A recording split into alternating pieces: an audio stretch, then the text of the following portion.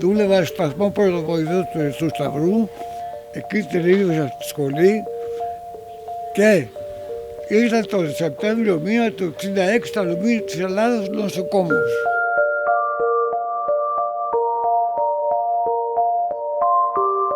Είμαι γέννημα θρέμα Φρουστιώτης και η μόνη μου απουσία από το σπίτι ήταν στα φοιτητικά μου χρόνια και τα χρόνια του στρατού. Ήρθε ο πατέρας μου πρώτα εδώ, έκανε την αίτηση δηλαδή, τον φωνάξανε, έπιασε δουλειά και σιγά σιγά ήρθε και όλη η οικογένεια. Μια αγγελία που απάντησε ο σύζυγος τον έφερε να δουλεύει στο εργοστάσιο και έτσι ξεκίνησα και εγώ εδώ.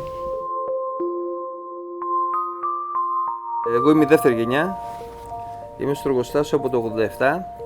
Ήρθα εδώ στα σπασπίτια 7 μηνών.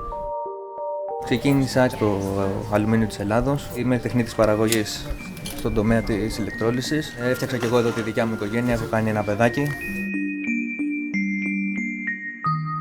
Από το 1965 που δημιουργήθηκε ο οικισμός και άρχισε να λειτουργεί έχοντας κόσμο μέσα στα σπίτια, εργαζομένους δηλαδή και τις οικογένειές τους, ήταν ένα μάθημα σεβασμού στη φύση και στη ζωή. Ετούτη η πόλη, στο κομμάτι που σχεδίασε ο Δοξιάδης, ένα από τα τελευταία στοιχεία του ελληνικού μοντερνισμού στην αρχιτεκτονική. Αυτό που με έδεσε εμένα εδώ στην περιοχή και την αγαπάω είναι η κόρη μου, ο γιος μου, μου χαρίσανε 4 εγγόνια και τώρα έχω και τη δυσέγγονη και έμεινα εδώ. Αυτά είναι που με δέσανε η κόρη μου και ο γιος μου.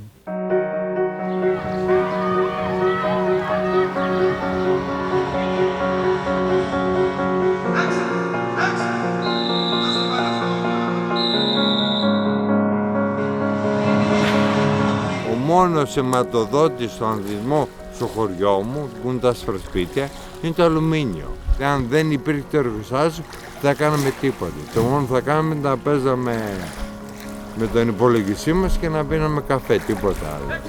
Μπορώ να κάνω οποιοδήποτε άθλημα θέλω. Οποιοδήποτε. Ακόμη και για σκι στο βουνό, σε μισή ώρα να παρνασώ. Δεν υπάρχει δεν μπορώ σε σπασπίτια, σε θέμα αθλητισμού. Δεν θέλω υπάρχει.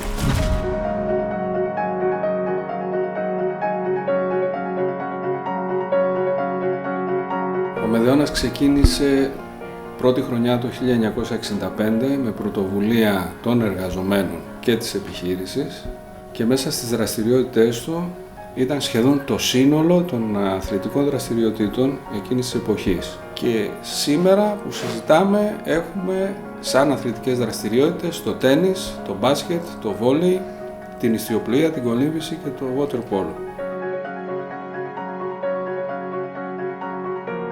Μία ομάδα γυναικών με τις δικές της ανησυχίες δημιούργησε το Σύλλογο Γυναικών. Ο Σύλλογος ιδρύθηκε το 1977 και κάνει πάρα πολλά πράγματα. Ασχολείται και με τα ιατρικά θέματα. Οργανώνει δηλαδή κάποιες εξετάσεις για τις γυναίκες, οι οποίες είναι δωρεάν. Οργανώνει θεατρικές παραστάσεις. Έχει τμήματα γυμναστικής.